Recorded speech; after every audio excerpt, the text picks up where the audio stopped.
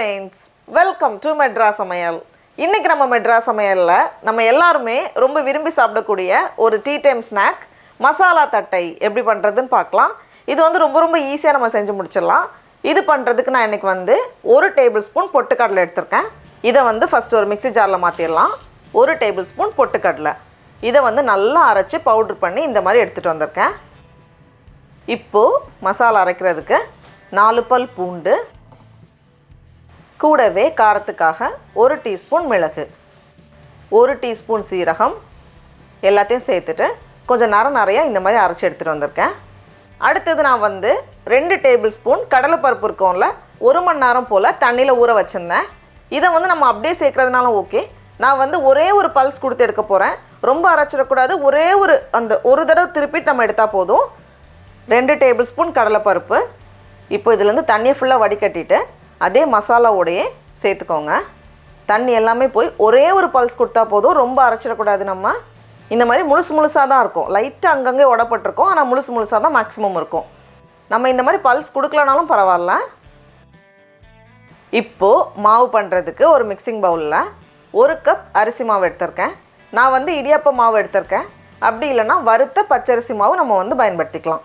கூடவே நம்ம ஃபஸ்ட்டு அரைச்சி வச்சுருந்தோம்ல பொட்டுக்கடலை மாவு, அது அப்புறமா நம்ம அரைச்சி வச்சுருக்க மசாலாவும் கடலைப்பருப்பும் ரொம்ப அரைச்சிடக்கூடாது. ஒரே ஒரு பல்ஸ் தான்.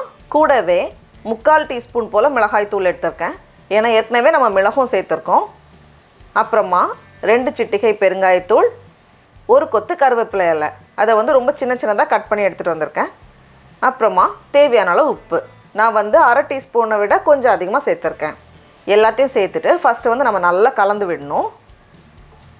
இப்போ இந்த மாதிரி கலந்ததுக்கப்புறமா இதில் 1 டேபிள் ஸ்பூன் நல்லா சூடாக இருக்கிற எண்ணெய், அப்படி இல்லைனா நம்ம வந்து வெண்ணெய் கூட சேர்த்துக்கலாம்.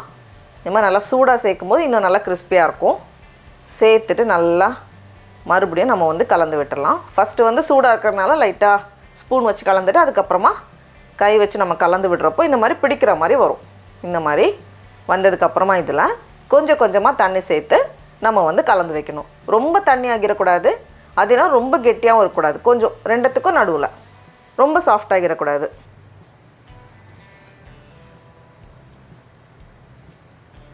இந்த மாதிரி வந்ததும் இதிலிருந்து ஒரு சின்னதாக ஒரு பீஸ் எடுத்துகிட்டு நம்ம ஷேப் பண்ணிவிட்டு தட்டிட வேண்டியதுதான். கை வச்சு ப்ரெஸ் பண்ணுறதை விட நமக்கு வந்து இந்த மாதிரி ஒரு பிளாஸ்டிக் ஷீட்டில் கொஞ்சமாக எண்ணெய் தடவிட்டு அதை மூடி வச்சுட்டு ஏதாச்சும் ஒரு ரவுண்டான ஒரு ஃப்ளாட்டான ஒரு இது வச்சு நம்ம வந்து ஒரு தடவை ப்ரெஸ் பண்ணும்போதே அழகாக வந்துடும். ரொம்ப குண்டாக இருக்கக்கூடாது, கொஞ்சம் மெல்லிஸாக பண்ணிக்கோங்க. அப்போ தான் வந்து நல்ல மொறுமொறுன்னு இருக்கும். இந்த மாதிரி நமக்கு வந்து ஈஸியாக வந்துடும்.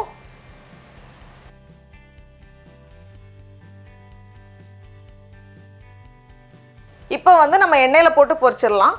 எண்ணெய் வந்து மீடியம் ஹீட்டில் வச்சுக்கோங்க. அதிகமான சூடில் இருந்துச்சு அப்படின்னா ஒழுங்காக பொரிஞ்சு வராது, நல்லா கிறிஸ்பியாக இருக்காது. அதனால மிதமான சூடில் வச்சு தான் நம்ம வந்து பொரிச்சு எடுக்கணும். நான் வந்து 3 சேர்த்துக்கிறேன். ஹை ஹீட்டில் இருக்கக்கூடாது, அதே நேரம் ரொம்ப கம்மியாகவும் இருக்கக்கூடாது. மீடியம் ஹீட் வந்து கரெக்டாக இருக்கும். கொஞ்சம் நிதானமாக இருந்து பொரிஞ்சு வந்தால் தான் அது வந்து நல்லா ஆறுனதுக்கப்புறமும் அதே மொறுமொறுப்பு தன்மையோடு இருக்கும்.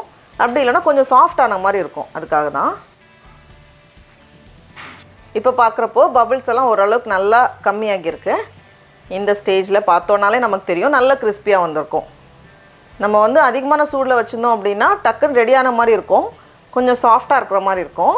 அதனால் இந்த மாதிரி நம்ம பண்ணும்போது கரெக்டாக வரும். பாருங்கள், நல்ல கிறிஸ்பியாக இருக்குது. இந்த ஸ்டேஜில் நம்ம எடுத்து வெளியே வச்சிடலாம். அவ்வளோதான். டடா, நம்மளோட கிறிஸ்பியான மசாலா தட்டெல்லாம் சூப்பராக ரெடியாக இருக்குது. இந்த அளவில் நமக்கு வந்து ஒரு 15லேருந்து 17 தட்டை கிடைக்கும். இப்போ நம்ம டேஸ்ட் பண்ணி பார்க்கலாமா? பாருங்கள் எவ்வளோ கிறிஸ்பியாக இருக்குன்னு. ஆமாம்ல, புதுசாக எடுத்து சாப்பிடும்.